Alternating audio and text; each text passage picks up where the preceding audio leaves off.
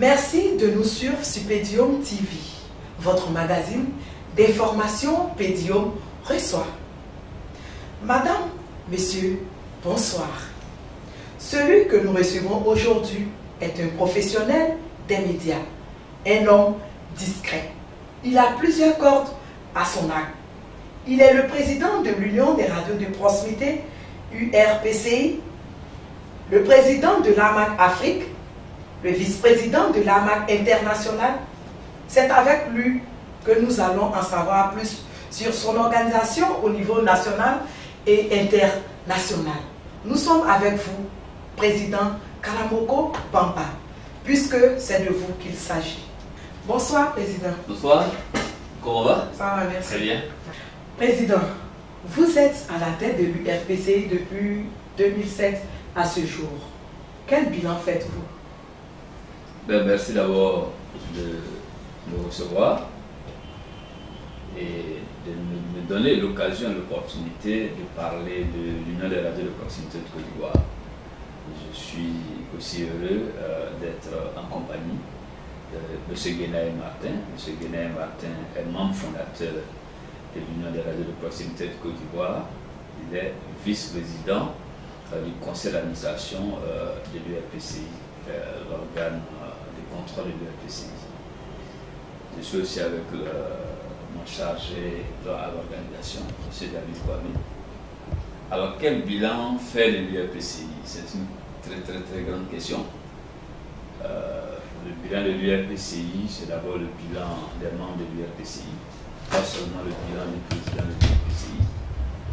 Il faut dire que l'URPCI est une organisation créée en 1999 par 52 concessionnaires de radio.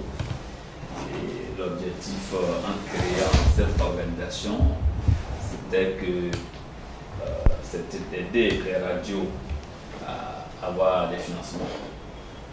C'était aussi d'aider à la formation du personnel des radios. C'est aussi naturellement aider la radio à être équipée. Et l'organisation, disons que le bureau de l'URPCI a aussi pour mission de servir d'interface entre l'État de Côte d'Ivoire, les organisations nationales et internationales. Donc c'est ça l'objet de l'URPCI, parce qu'il faut partir de l'objet de l'URPCI pour parler du bilan de l'URPCI. En 2007, quand les membres nous portaient à la tête de l'organisation, déjà nous sommes le quatrième président. Notre premier combat, c'était d'abord d'avoir un local, d'avoir un siège, parce qu'une organisation comme la nôtre, évidemment, les membres ont besoin de se retrouver quelque part, les membres ont besoin d'avoir un point d'ancrage, les membres ont besoin d'un bureau. Donc nous avons, avec nos amis, première activité, première action d'importance, nous avons pris un siège, parce qu'il n'y avait pas de siège. Première des choses. Les deux, l'URPCI avait besoin de remobiliser ses membres, parce que avec le temps des choses se passant, il y avait une certaine démobilisation. Donc, notre équipe et moi, on s'était donné comme mission de remobiliser les membres. Remobiliser les membres, c'est d'abord les organiser. Donc, c'est d'abord de faire un répertoire complet de toutes les radios de proximité de Côte d'Ivoire, c'est ce que nous avons fait. Ensuite, de faire de façon régulière des assemblées générales pour rendre compte de la gestion de l'URPCI aux membres. Ce qui a été fait, donc, c'était de faire en sorte qu'il y ait une gestion participative, que les membres s'intéressent, voient ce qui s'est fait, que les membres soient informés de ce qui s'est fait. Donc, c'était un des points de notre mission. Aujourd'hui, je peux dire que c'est une des missions accomplies avec, en tout cas, beaucoup de satisfaction. Parce que pour le siège, vous êtes au siège de l'URPCI, c'est évident. Ensuite, les membres sont informés quotidiennement et régulièrement de ce qui s'est fait à l'URPCI, soit par des coups de fil, soit par des courriers, soit par la visite même du site de l'URPCI. Donc les membres sont au courant. De trois, il fallait aussi surtout faire de la formation une priorité. Parce que ce qui était jusque-là reproché à ceux qui travaillent dans la radio, c'est qu'initialement, certains d'entre eux n'ont pas de formation. Donc il fallait renforcer de façon régulière les capacités de ceux qui sont dans les radios, faire en sorte aussi que certains d'entre eux aillent à l'école. Donc aujourd'hui, nous avons 3 des nôtres qui sont régulièrement inscrits à l'ISTC. Nous avons un programme de formation avec CFI-RFI qui a formé 16 responsables de radio et avec d'autres personnes sur la gestion administrative et financière des radios, sur la recherche des financements des radios, sur le management des radios. Ensuite, il y a l'équipement. Parce que vous savez que c'est vrai que nous sommes des radios dites locales, mais nous sommes dans un environnement très concurrentiel. Ce n'est pas parce que vous êtes la radio du village X, c'est vrai, les gens vont vous écouter, mais jusqu'à un certain moment donné, si vous n'avez pas un confort d'écoute, si vous ne leur offrez pas un programme de qualité, ils ne vont pas vous écouter. Et en plus aujourd'hui, toutes les villes et tous les villages de Côte d'Ivoire, à juste titre d'ailleurs, sont envahis par toutes les chaînes qu'on connaît, chaînes internationales, chaînes nationales. Donc les uns et les autres ont la capacité, la possibilité de faire des choix des programmes. Donc c'était d'équiper conséquemment les radios. Donc c'est dans le bilan, c'est un des aspects pour nous qui est très positif. Nous essayons, en tout cas à travers les financements, à travers les partenariats, d'équiper nos radios. Vous avez dit tout à l'heure que vous êtes satisfait. Est-ce que vous pensez que vous avez déjà tout fait? Non, il y a quelque chose qu'on devrait faire, que vous n'avez pas peut-être fait? Non, je n'ai pas dit que je suis satisfait. J'ai dit c'est une des notes de satisfaction. C'est une des notes de satisfaction. Est-ce qu'on peut dire que vous êtes satisfait de vos bilans? Non, ce sont les membres qui doivent juger notre bilan. Si je dis que ce sont les membres qui doivent juger notre bilan, si je parle de 2007 à maintenant, en réalité, nous sommes là depuis 2007. C'est un véritable record, mais de façon légale, évidemment, parce que je pense que c'est parce que les membres, à un moment donné, ont estimé que notre organisation avait un certain nombre de difficultés. Donc, il fallait que l'équipe qui est là puisse continuer de travailler, et ce que nous avons fait. Et nous avons aussi, en termes de bilan, et ça c'est un aspect très positif, les membres ont recommandé fortement qu'à un moment donné de l'histoire de notre organisation, il y ait d'autres organes. Parce que l'IRPCI, c'était le conseil exécutif et le commissariat aux comptes. Donc les membres ont estimé que ce n'était pas suffisant, compte tenu, si vous voulez, de la dimension que l'organisation prenait, il fallait créer un autre organe qui est le conseil d'administration. Donc tout cela fait partie justement de la gestion participative, de la gestion démocratique de l'organisation. Parce qu'une organisation, pour qu'elle marche, il faut qu'il y ait une gestion démocratique. Donc je ne peux pas dire, moi, en tant que président, que je suis forcément satisfait parce qu'il y a encore beaucoup de choses à faire. Mais quand je me réfère à ce qui a déjà été fait sur le terrain, quand je me réfère à la qualité des services que le conseil exécutif et que les différents organes de l'URPCI offrent aux membres, quand je me réfère à la qualité de ceux qui sont dans les radios aujourd'hui, quand je me réfère à la qualité du matériel qui est dans certaines radios, toutes les radios ne sont pas forcément bien équipées pour le moment, et quand je me réfère aussi au fait que l'URPCI, c'est une organisation qui porte beaucoup de projets, c'est une organisation qui est invitée à toutes les tribunes. Quand je me réfère aussi naturellement au fait que notre organisation a eu en 2009 à organiser la 4e conférence panafricaine ici à Abidjan, c'est la rencontre de toutes les radios d'Afrique. Et quand je me réfère au fait que le président de l'Union des radios de proximité de Côte d'Ivoire a été de 2009 à 2015 trésorier de l'association africaine des radios, quand je me réfère au fait qu'aujourd'hui, le président de l'URPCI est le président des radios d'Afrique et le vice-président international des radios, il y a une note de satisfaction. Ça veut dire que nous portons bien et au mieux les intérêts des radios de Côte d'Ivoire. Nous constatons que vos membres du bureau sont tous jeunes, même si la parité n'est vraiment pas respectée ici. Quel lien entretenez-vous avec eux? Alors, commençons par la parité. Oui, c'est vrai que sur 15 des membres, il y a quand même, nous avons 4 femmes au bureau. 4 femmes, ce n'est pas la parité en fait, mais je vais dire que y a un poste fondamental et important qui est tenu par les femmes, c'est la trésorerie. Il y a d'autres postes comme ça, et les femmes directrices des radios sont fortement impliquées dans toutes les activités que nous menons à l'URPCI. Donc oui, la parité n'est pas encore totalement respectée, mais les femmes ont une place de choix dans l'exécutif de l'URPCI. Et les femmes, il y a une femme qui est vice-présidente du conseil d'administration de l'URPCI. Donc les femmes ici ont une place de choix. Et les femmes sont en tout cas de tout ce qu'on fait. Maintenant, quels sont nos rapports avec les membres du bureau? Il faut d'abord se dire que... Parce qu'on constate qu'ils sont vraiment jeunes. Oui, mais c'est évident. Voilà, c'est-à-dire que nous travaillons à la relève. Nous travaillons à la relève depuis le départ, et ceux qui sont majoritaires dans les radios, ce sont les jeunes. C'est vrai que c'est des radios communautaires, et puis en plus, ce sont des jeunes qui ont la qualité.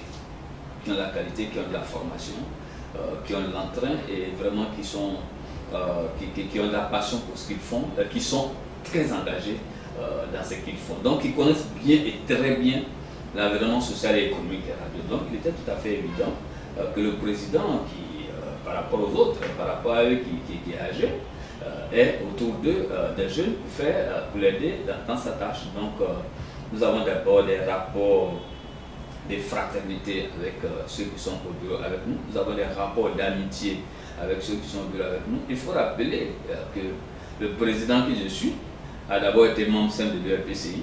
Il a été secrétaire général adjoint de l'URPCI. Il a été vice-président de l'URPCI avant d'être président de l'URPCI. Le président que je suis a dirigé au moins 3 radios, communales, départementales et privées. Donc le président que je suis connaît l'environnement, il connaît les radios, il connaît les hommes et les femmes des radios. C'est pour ça que ceux qui l'entourent aujourd'hui, ce sont des jeunes, mais des jeunes d'expérience. Ce qui veut dire que vous êtes un côté de la radio. Ah, mais je pense, dans la mesure où je suis journaliste, j'ai une formation au CHC de Dakar, Centre d'études des sciences et techniques d'information à l'université Cheikh Anta Diop. Et puis je suis consultant informateur, je suis dans la radio depuis une quinzaine d'années. J'ai fait de la formation, être roulé, non, il y a encore des choses à faire, mais il y a des choses qui ont été faites que nous faisons au quotidien. Quels sont vos rapports avec le directeur des radios de proximité? Mais c'est des rapports d'abord de fraternité, c'est des rapports d'amitié, c'est des rapports professionnels aussi. Et je vous ai dit, depuis une quinzaine d'années, je sillonne les radios de Côte d'Ivoire. Quand je dis je sillonne les radios de Côte d'Ivoire, c'est que quand je me déplace, je m'arrête dans les radios, je discute avec les uns et les autres. Donc je pense que ce sont des gens que je connais, qui me connaissent. Je connais leurs problèmes, ils connaissent nos problèmes. Ce sont des jeunes frères ou bien des grands frères, en tout cas avec lesquels nous avons un très bon commerce, une très bonne communication. Parce que dans tous les cas, vous ne pouvez pas gérer des hommes si vous n'avez pas une bonne communication avec ces personnes-là. Vous ne pouvez pas gérer les gens si vous ne connaissez pas leurs problèmes, si vous ne connaissez pas leurs préoccupations, s'ils ne sont pas au fait de ce qui se passe. C'est une des raisons pour lesquelles nous avons un siège, de sorte que de façon régulière, de façon quotidienne, les gens viennent voir ce qui se passe. Donc, je dirais que avec les directeurs des radios, avec même le personnel des radios, nous avons un très bon commerce. Donc, quels sont vos rapports avec la ACA? Mais à la haute autorité de la communication d'où vous êtes est l'organe de régulation. C'est l'organe de régulation. Nos rapports sont de très bons rapports. D'abord, le président de la haute autorité est mon frère. Nous avons eu l'honneur et l'insigne honneur de côtoyer déjà quand il était ministre. Voilà, parce qu'on était président, quand il était ministre, on a eu l'insigne l'honneur de le côtoyer, de le fréquenter, de l'apprécier, vraiment de le mettre, de le considérer comme ce qu'il y a des meilleurs dans ce milieu. Ensuite, quand il est devenu président de la haute autorité de la communication audiovisuelle, il nous a fait l'honneur de nous recevoir. Donc depuis lors, nous continuons à traiter des rapports vraiment très cordiaux avec la haute autorité. Je dirais aussi que nous avons à l'intérieur de la haute autorité depuis tout le temps, depuis que nous sommes directeurs, on a nos relations personnelles, on a des gens qu'on connaît bien, qui nous connaissent bien, qui connaissent très bien l'organisation. Donc c'est vraiment de très bons rapports. C'est le régulateur, donc c'est l'organe qui régule, c'est l'organe, mais qui régule avec, comme je le dis toujours, avec un visage humain, qui régule vraiment, qui conseille. Donc chaque fois qu'on a besoin de conseils, nous le ferons à la haute autorité. Aujourd'hui, il y a l'existence du réseau des radios de collectivité. N'est-ce pas gênant pour l'URPCI? Non, pas du tout. Pas du tout. Je pense même que c'est une très bonne chose. Autant il y a comme vous le dites, l'existence des radios des collectivités, il y a l'existence des réseaux sectoriels au niveau des radios, il y a l'existence des réseaux dans les différentes régions de la Côte d'Ivoire. Il y en a à l'ouest, il y en a au nord. Je vais dire que non, c'est de la complémentarité. Il faut voir l'URPCI comme, d'abord le réseau des collectivités, c'est le réseau des radios des collectivités. Donc le réseau des radios des mairies et le réseau des radios des conseils régionaux. L'URPCI, c'est l'Union des radios de proximité de Côte d'Ivoire. Je vous ai dit que l'URPCI a été créé avec 52 concessionnaires en 1999. Et dans les 52 concessionnaires, il y avait 26 radios de collectivités et 26 radios privées. Donc, cet ensemble-là se retrouve à l'intérieur de l'Union des radios de proximité de Côte d'Ivoire. Donc, c'est une complémentarité parce que vous convenez avec moi que les radios des collectivités ont une spécificité. Donc, c'est cette spécificité-là qui est mise en exergue à travers ce réseau des radios de collectivités.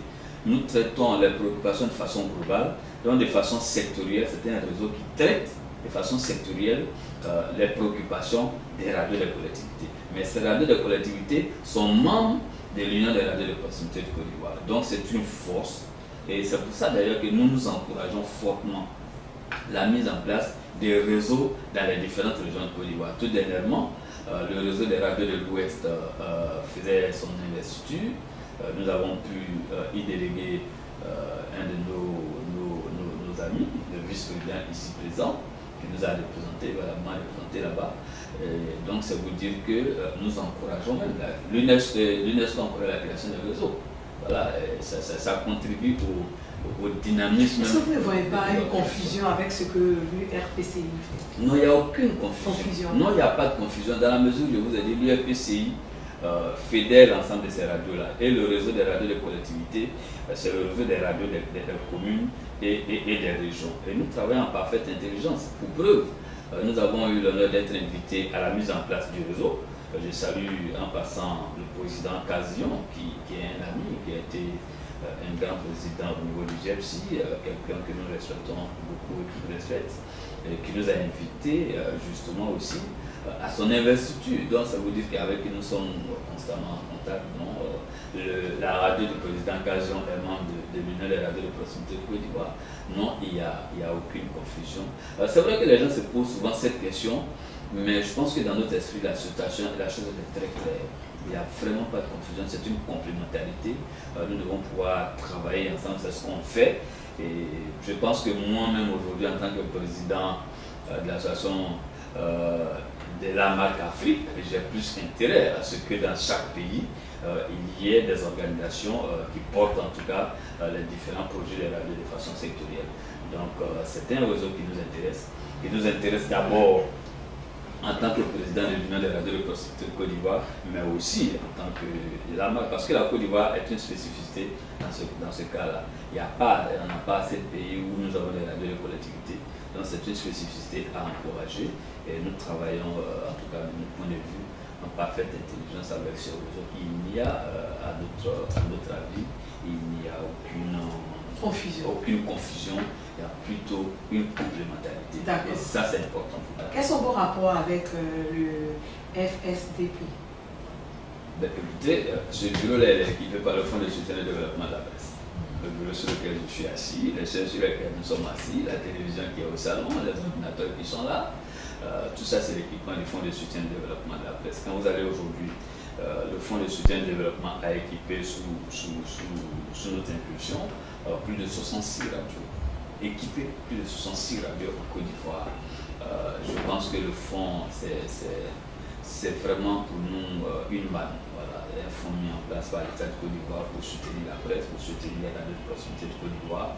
C'est une manne parce que la directrice, d'abord en commençant par le président actuel de la KDP, le président Kébé Yacouba, qui était le président du fonds de soutien, en arrivant à notre ami et frère Dambélé, avec la directrice exécutive et toute son équipe, là, je pense que ce sont des personnes, d'abord, qui ont pris le temps et le soin, qui prennent le temps et le soin de visiter les radios, de voir ce qui se passe dans les radios, qui connaissent effectivement les réalités des radios. Donc avant même de discuter avec l'URPCI, le fonds connaît les réalités des radios et quand l'URPCI, le fonds a besoin de l'URPCI, l'URPCI met à la disposition du fonds sa banque de données, et tout comme nous profitons de la banque de données du fonds de soutien et développement de la presse pour soutenir nos radios. Donc le fonds est un soutien très fort au niveau des radios et nous avons en tout cas une très bonne collaboration avec le fonds. Je pense même qu'incessamment, certainement que l'URPCI, ça jusque-là, l'URPCI n'était pas représenté au fond, nous luttons, nous travaillons, et à ce que l'URPCI soit représenté au fond, pour nous c'est une manne, c'est un fonds qui, en plus, qui travaille régulièrement avec les membres. Il travaille d'abord avec les radios de proximité, donc qui est sur le terrain, ça c'est fondamental, et ensuite qui travaille avec l'organisation qu'est l'URPCI. Donc on est vraiment très heureux, même si chaque jour on demande plus, ce qui est normal, on demande plus, on dit toujours au fond que bon, ce que vous faites pour nous là n'est pas suffisant, faites davantage. Et oui, je pense que le fonds va faire davantage, le fonds doit faire davantage, mais nous soutenons fortement le fonds, et chaque fois qu'on a l'occasion de dire, on fait un programme de l'État pour augmenter la dotation du fonds, parce qu'en augmentant la dotation du fonds, on augmente la dotation des radios, et je pense que le président de la République a entendu cette requête-là en janvier passé, où il a augmenté la dotation du fonds. Quels sont vos rapports avec les autres organisations professionnelles? Je veux parler de l'UNGCI, le SYNAPSI, de Guillaume Bateau. Ah oui, mais je pense que j'ai vraiment la chance de répondre oui, parce que c'est ça qui est la vérité. Je réponds oui, parce que c'est ça qui est la vérité. Et ce que je dis est vérifiable, parce que je pense que le travail qu'on fait aussi, il faut donner des informations qu'on peut vérifier. Et quand vous prenez Guillaume Bateau, c'était un ami personnel. Un ami personnel parce que déjà en 2007, Guillaume Bateau a été celui-là même, lors de mon élection, a offert le repas à tous les participants. Les gens ne savent pas ça.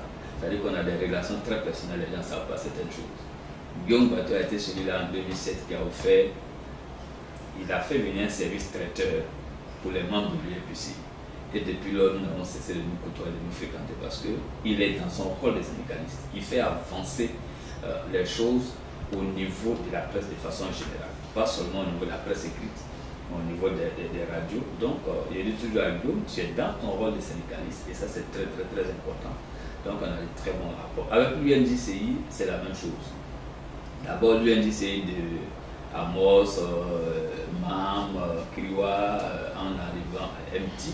Aujourd'hui, MT, c'est vraiment un jeune frère qui nous honore de son respect et de son amitié, pour qui nous avons aussi beaucoup de respect, énormément de respect, parce que c'est d'abord un combattant. C'est comme ça que nous l'appelons, c'est un combattant. C'est un combattant, c'est quelqu'un qui prend des coups, mais qui avance, et ça c'est extrêmement important. Mais surtout qui soutient l'URPCI dans ses actions. Parce que nous ne collaborons pas avec des organisations sœurs simplement parce que ce sont des organisations sœurs.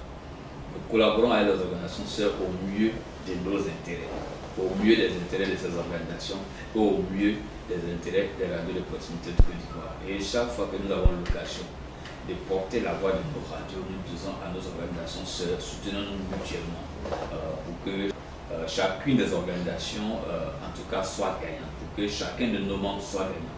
Et je pense que c'est ce qu'on fait avec l'Union nationale des journalistes de Côte d'Ivoire, avec LD, qui nous soutient, que nous soutenons.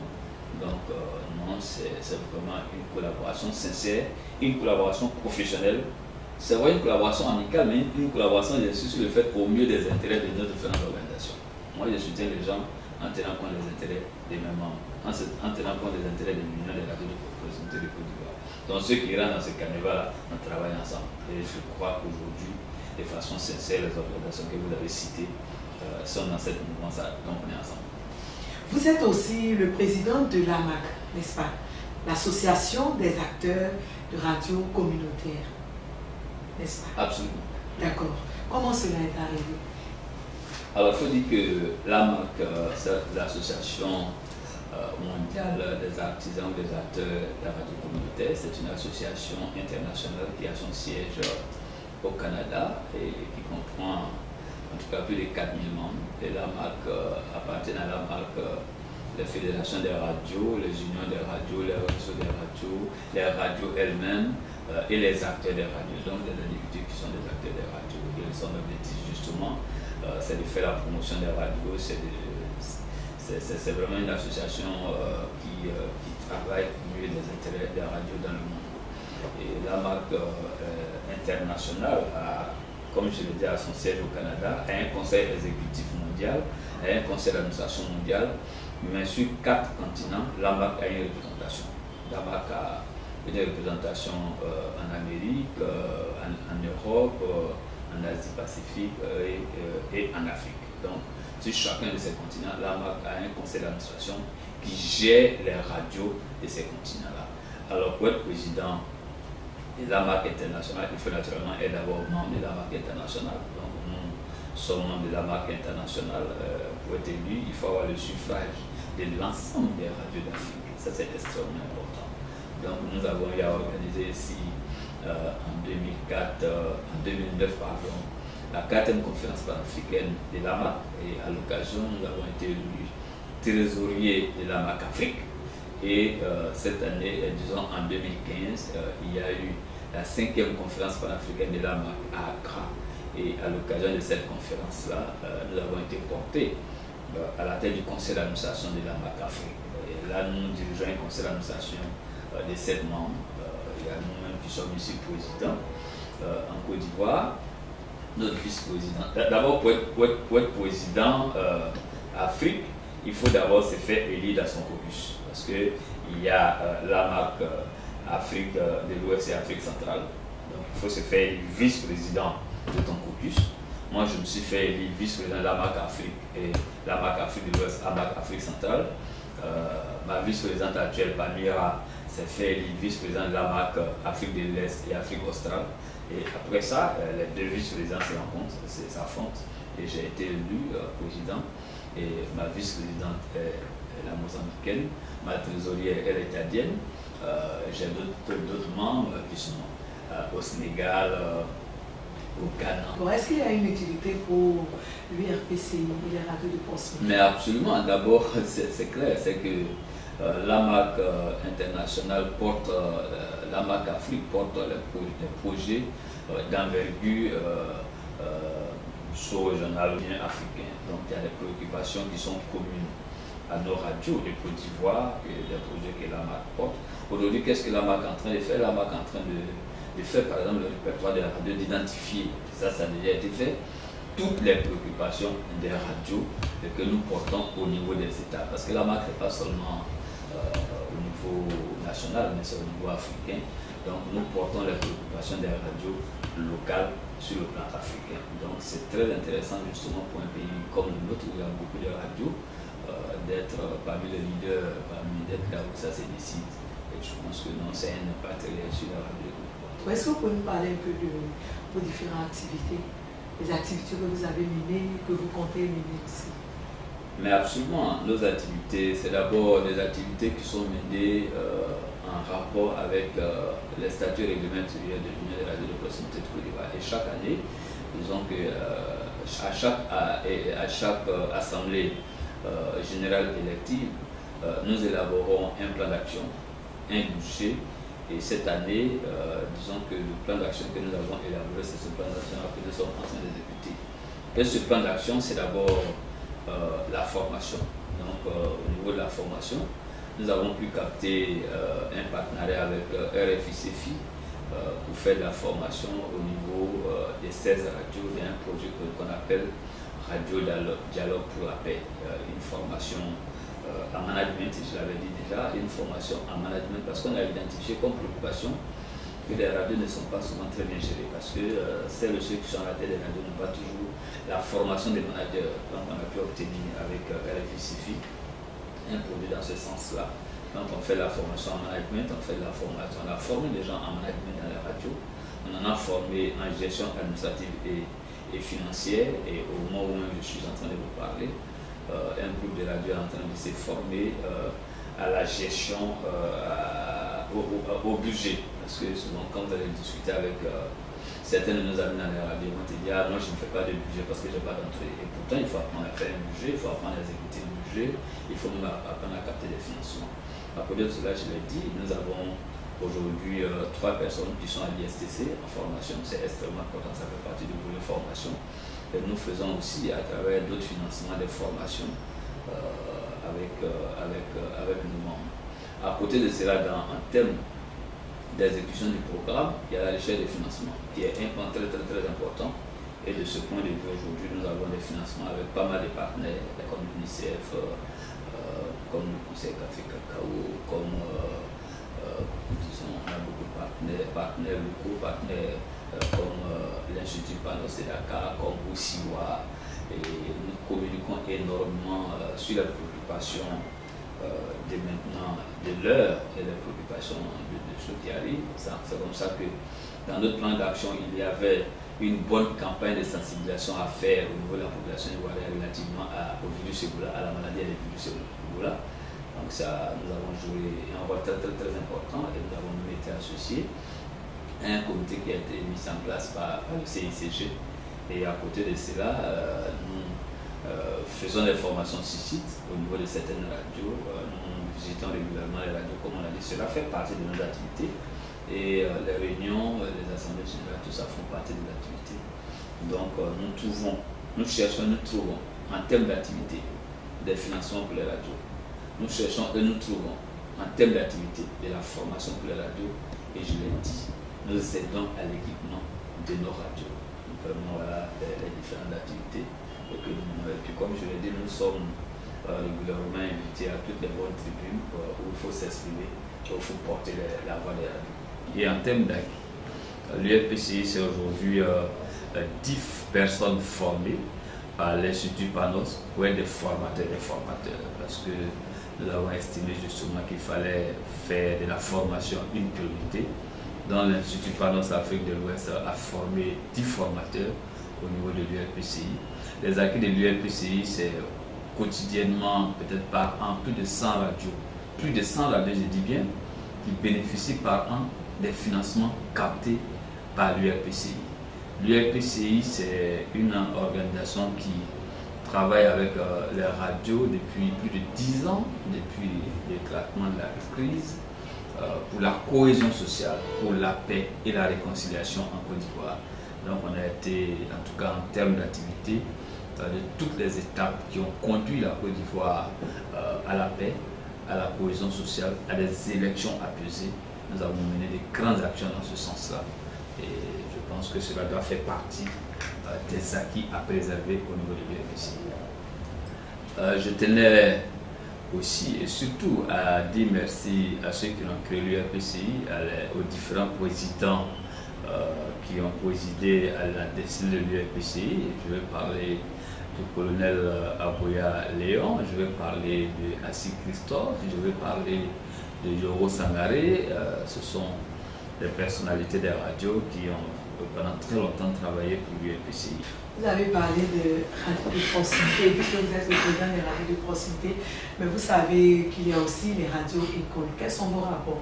Est-ce que vous connaissez des écoles, des radios-écoles d'ailleurs?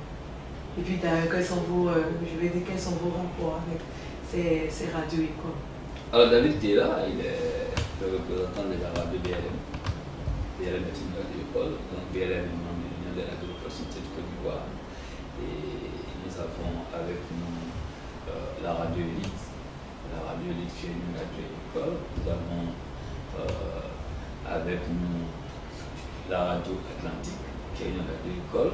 Et nous avons avec nous la radio de l'ISS avec Viviane Mouly qui est une radio-école. Donc évidemment, tous ceux qui sont membres de l'UFPCI, que tu sois radio-école, que tu sois radio privée, enfin, tous ces radios sont radio privées non commerciales. Donc ce sont des radios, ce sont des radio-écoles qui sont membres de notre organisation. Donc nous travaillons effectivement avec ces radio-écoles-là. Et justement sa présence à l'intérieur de l'équipe nous permet de mieux peaufiner tous nos programmes de formation, parce que dans les radio-écoles on fait de la formation et voilà, on travaille avec les radio-écoles. Président Karamoko Bamba, quels sont vos rapports avec celui qui s'est opposé à vous lors de la dernière élection, à savoir M. Mchou, DG de Radio Zénith? Mchou, c'est un jeune frère. C'est un jeune frère, c'est un ami. D'abord, c'est un ami, je suis très à l'aise à comparer. C'est quelqu'un avec qui nous avons commencé. C'est-à-dire que Michaud fait partie de ceux qui étaient à la première assemblée générale de l'Union des radios de proximité de Côte d'Ivoire. Donc Michaud était à l'URPCI avant moi. Nous avons découvert Michaud en tant que jeune promoteur des radios, parce qu'il n'est pas seulement directeur, il est promoteur des radios. On l'a découvert comme promoteur des radios, on l'a découvert comme un garçon qui est très engagé, qui vit la passion de la radio, c'est ça. Il vit la radio, il vit la passion de la radio. Et puis depuis que nous étions nous-mêmes directeurs des radios à Daloa, parce que j'ai eu l'honneur d'installer la radio théâtre Daloa, on composait déjà, on collaborait déjà avec Michaud et puis notre ami Guénaël Martin qui est là aussi. C'est un jeune frère avec lequel nous travaillons, qui a eu une ambition très légitime d'ailleurs en 2013, qui voulait être président de l'Union des radios de proximité de Côte d'Ivoire. Je pense que c'est une très bonne chose. C'était une démocratie en interne, même si à la fin, il y a eu des médiations pour que le frère puisse continuer de nous accompagner. Donc on a vraiment de très bons rapports. Maintenant les ambitions, les gens comprennent très mal les ambitions des uns des autres. J'estime, autant dans un pays comme la Côte d'Ivoire, comme les États-Unis, comme la France, il y a une pluralité de candidatures. Quand il y a des élections, autant les gens doivent comprendre que dans les associations, c'est exactement la même chose. Ce n'est pas parce que quelqu'un est candidat contre toi qu'il est ton ennemi. Il est un adversaire du moment. Une fois que ça s'est terminé. Alors moi, je vous dis une chose qui est très simple. Quand on a fini les élections, le jeune frère Michaud est venu ici à ce bureau. Il dit pour disant, tu es un ami, tu es un frère. Les élections sont terminées, je me mets à ta disposition. Point. Et aujourd'hui, c'est dans cette dynamique-là que nous sommes. Je vous dis qu'il vient d'arriver d'un voyage, j'ai été un des premiers qui l'a appelé. Donc, vraiment, vous savez, quand les gens n'approchent pas les gens disent un certain nombre de choses sur eux. Mais il est savoir que les gens la même question, ils se parlent au quotidien, ils mangent ensemble, ils travaillent ensemble. Non, on travaille, Michaud et moi et tous nos amis, pour l'intérêt des radios de proximité de Côte d'Ivoire. Ça ne peut pas être autrement. Si vous allez poser la question à Michaud, il va te dire il n'y a pas d'autre choix. Ça ne peut pas être autrement. Tout ce que nous faisons, c'est dans l'intérêt de nos radios. De temps en temps, on a des ambitions personnelles, on a des programmes différents. On se rapproche, on s'approche et on travaille. Président, vous êtes aujourd'hui un dirigeant respecté, tant vous avez transformé l'URPCI et ça marche pour vous. Vous êtes à tous les rendez-vous et les partenaires vous font entièrement confiance. Quel est votre secret? Il n'y a aucun secret. Il n'y a aucun secret. Vous avez dit tantôt que je suis entouré de jeunes. Et moi, j'ai ajouté que je suis entouré de jeunes dynamiques. Peut-être vous ne l'avez pas dit, mais j'ai dans les différents conseils, que ce soit les conseils d'organes réguliers ou encore des conseillers en dehors même des organes réguliers de l'URPCI, j'ai des doyens qui nous conseillent, qui ont créé l'URPCI, qui ont créé des radios, donc qui nous conseillent et nous suivons ces orientations. Et comme je vous l'ai dit aussi, nous avons une équipe qui est opérationnelle, qui est terrain, parce que ça c'est très important, donc qui connaît la réalité des radios. Les réalités des radios nous sont remontées. Donc on ne fait que travailler à partir de nos tests sur les réalités des radios. Et donc c'est ça qui fait que c'est tellement. Et je vous ai parlé des gestions participatives. Je vous ai parlé des gestions démocratiques. À partir du moment où vous dirigez des hommes et des femmes et que vous leur rendez régulièrement compte de ce que vous faites, mais il est tout à fait évident que les gens continuent de vous faire confiance. À partir du moment où vous gérez les intérêts de vos membres et que vous rendez compte de la gestion que vous faites de leurs intérêts, à partir du moment où chaque fois qu'un membre, vous arrivez à capter du matériel ou un financement pour le membre, même quand il est absent, même quand il n'est pas là, et qu'un an, 2 ans, 3 ans après, il vient demander après son dû, que vous lui donnez son dû, il ne peut que vous faire confiance à partir du moment où vous arrivez à capter des financements pour les radios, que vous leur restituez ça et que vous menez surtout des activités, parce qu'une association, ce sont les activités. Les membres s'intéressent à ce que vous faites que quand vous menez des associations, c'est tout à fait normal. Même si vous créez une association de village et que vous ne menez aucune activité dans le village, les gens vont se détacher de vous. Donc nous, quand je dis nous, c'est mon équipe et moi. Quand je dis nous, ce sont nos membres. Parce que au-delà de la petite équipe que nous avons, ce sont tous les membres de l'URPCI, en tout cas, qui sont dans l'action. Donc, il n'y a pas de secret, c'est le travail, c'est d'avoir la capacité, ça c'est important, d'avoir la capacité d'être à l'écoute de ses membres. d'écouter ce que les membres disent et de mener les actions dans l'intérêt des membres. C'est aussi la capacité d'être un bon manager. Les perspectives à la tête de l'UFPCI. Alors les perspectives à la tête de l'UFPCI, c'est d'abord faire en sorte que l'héritage que notre équipe va laisser à l'UFPCI soit bien géré. Première des choses, donc ça veut dire que nous travaillons justement à la relève au niveau de l'UFPCI. Pour nous, c'est un aspect qui est extrêmement important. Nous travaillons justement à la viabilisation des radios, et ça c'est très important parce que une des préoccupations que nous avons identifiées au niveau des radios, c'est la pérennité, c'est la viabilité. Très souvent, les radios n'ont pas la capacité de capter beaucoup de financements. Donc, nous travaillons de plus en plus à enseigner la mobilisation des ressources à nos membres. Parce que quand vous créez une radio et que vous n'avez pas les moyens de capter des financements, de capter des ressources, de chercher, de trouver du matériel, pour votre radio, il va de soi qu'elle ne peut pas être pérennisée. Donc, on travaille à ça.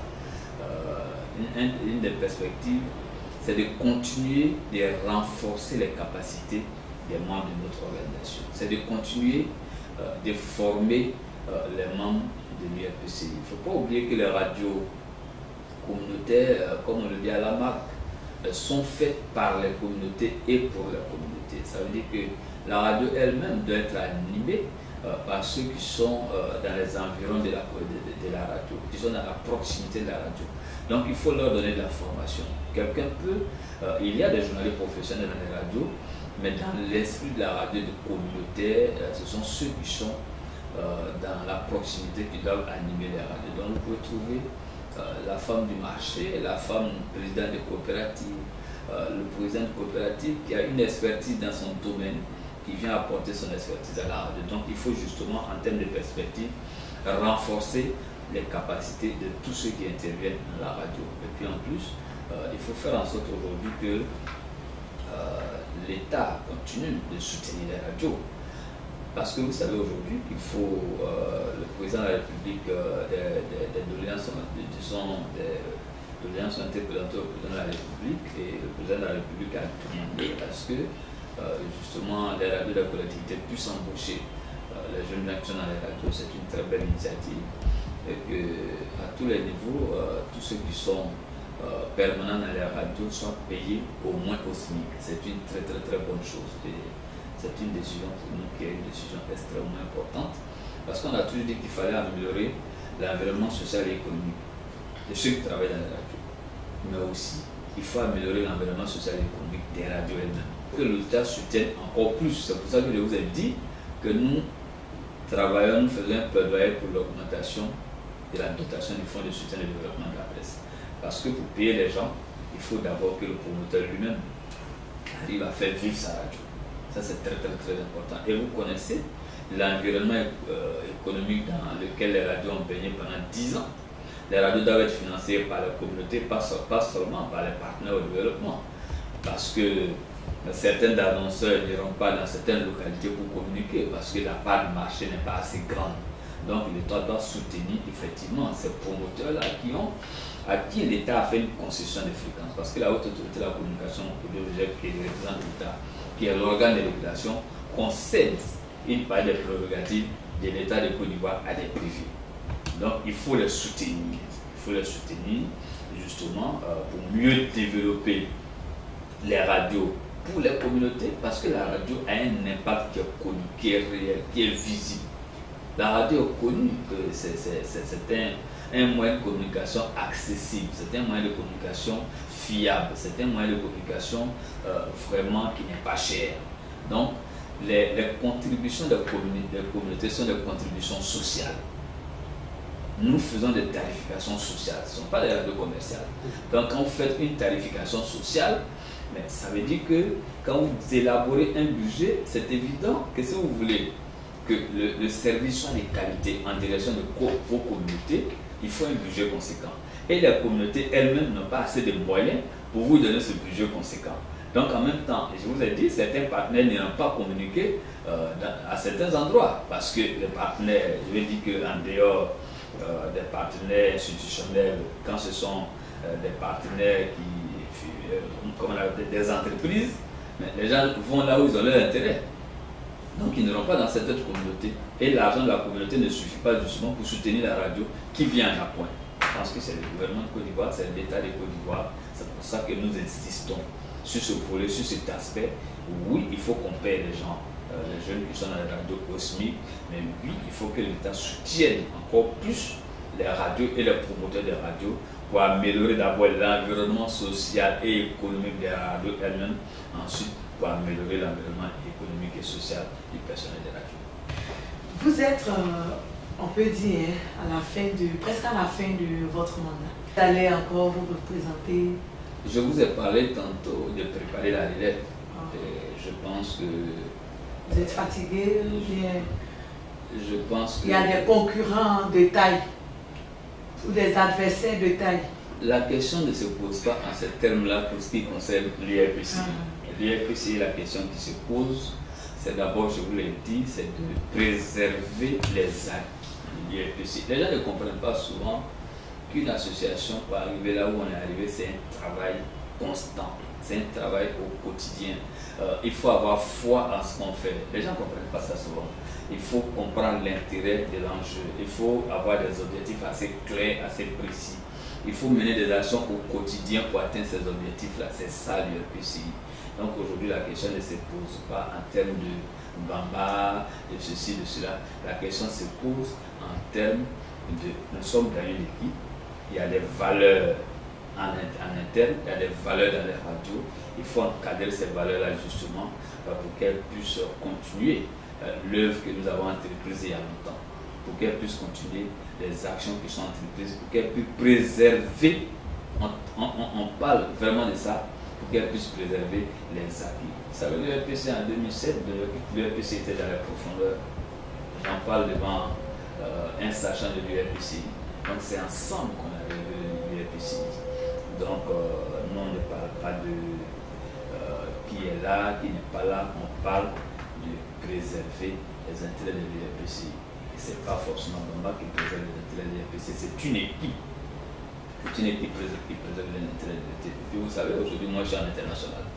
Je suis président de la marque Afrique. À un moment donné, je pense qu'il faut, tout en travaillant en international, notre nom sera toujours lié évidemment à ce qui se passe en Côte d'Ivoire au niveau des radios.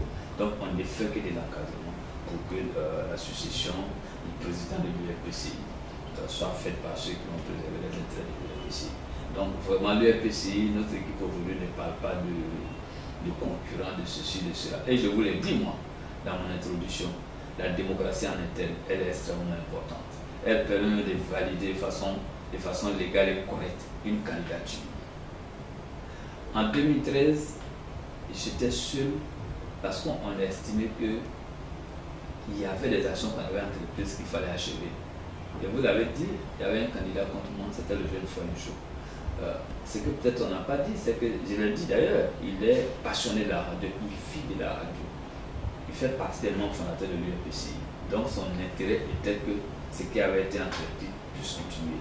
Aujourd'hui, l'URPCI est à un certain niveau, donc je dirais que la vanne est ouverte. La vanne est ouverte, en tout cas, il y a simplement que nous serons peut-être là, nous sommes là pour travailler à faire en sorte que s'il y a une nouvelle équipe, qu'elle soit vraiment une équipe qui a préservé les intérêts de notre organisation. Pas seulement de l'organisation, mais de toutes les radios de Côte d'Ivoire. Parce que moi, en tant que président Afrique, j'ai intérêt à ce que les radios de chez moi soient compétitifs. Et ça, on travaille à ça. Est-ce que le président est marié? Le président a une femme avec laquelle il vit depuis près de 25 ans. Il a 4 gosses je te dis tout en même temps, il a 4 gosses, 2 garçons, 2 filles. Est-ce que le président pense de la polygamie? Moi, en tout cas, je ne suis pas polygame. C'est déjà ça. Je ne suis pas polygame. Non, qu'est-ce que je pense de la polygamie? Non, vous savez qu'il y a des pays qui ont adopté la polygamie. Donc, chacun a ses raisons. Voilà. Les pays qui ont adopté la polygamie ont légiféré à l'Assemblée nationale. l'Assemblée nationale, ce sont les représentants du peuple. Si le peuple a adopté dans un pays la polygamie, c'est que les gens ont raison d'adopter la polygamie dans ce pays. Au niveau de la religion musulmane, par exemple, puisque vous m'avez posé la question, je suis musulman. Au niveau de la religion musulmane, la polygamie est légale. Donc, j'ai dit aussi à ce niveau qu'il est tout à fait normal qu'un musulman... vous, est-ce que vous allez être polygame? Vous voulez être polygame? J'ai dit qu'il est tout à fait normal au regard de la religion que nous pratiquons. Si un musulman veut être polygame, sa religion lui permet d'être polygame. Il y a aussi des musulmans qui ne sont pas polygames. Pas parce qu'ils ne respectent pas la religion, parce que la religion aussi est claire là-dessus, pour être polygame. Apparemment, le président ne répond pas à ma question. Je suis en train de répondre à vos questions. Je vous ai dit que j'ai seulement demandé, est-ce que le président, je vous dis que je vis avec la même femme depuis 25 ans. Oui. Je vous dis que j'ai 4 gosses. Oui. Je vous dis que mais vous pouvez encore personnellement, je ne suis pas contre la polygamie. Le développement que j'étais en train de faire, c'était pour vous dire que je ne suis pas contre la polygamie, que je comprends les polygames. Mais en même temps, moi je ne suis pas polygame. Ok, on va parler du phénomène qui a vraiment pris de l'ampleur en Côte d'Ivoire. C'est le phénomène des microbes. Un mot là-dessus. Mais c'est quand on parle des microbes, on parle d'insécurité. Et partout où on se trouve, quand il y a insécurité, tout le monde est en danger. C'est pas parce qu'on parle des microbes à Bobo, qu'on parle des microbes à Yopougon, que les microbes vont pas arriver un jour. D'ailleurs, même jusqu'à ce matin, j'ai lu une dépêche où il y a eu un microbe qui a été tué à Makori. Donc, je veux dire que c'est un phénomène d'insécurité qui nous effraie tous. Mais heureusement, si vous avez derrière le journal d'avant-hier, je crois, le ministre de l'Intérieur a pris avec l'État de Côte d'Ivoire la chose à bras le corps. Le ministre de l'Intérieur est en train de faire un travail à ce niveau-là. Le ministre de l'Intérieur a mis sur le terrain des hommes et des femmes pour éradiquer ce phénomène. Ça veut dire que l'État de Côte d'Ivoire, depuis très longtemps d'ailleurs, a pris la nette mesure de ce phénomène.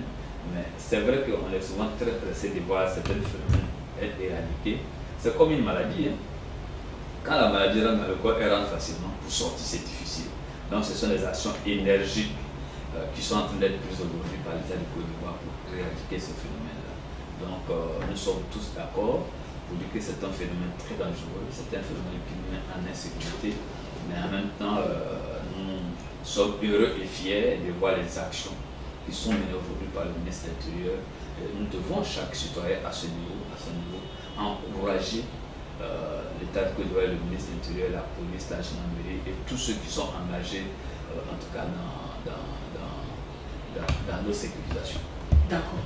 À vous écouter, on n'a vraiment pas envie de vous relâcher. Merci. Mais le temps que nous est imparti est déjà fini. Donc, votre mot de fin.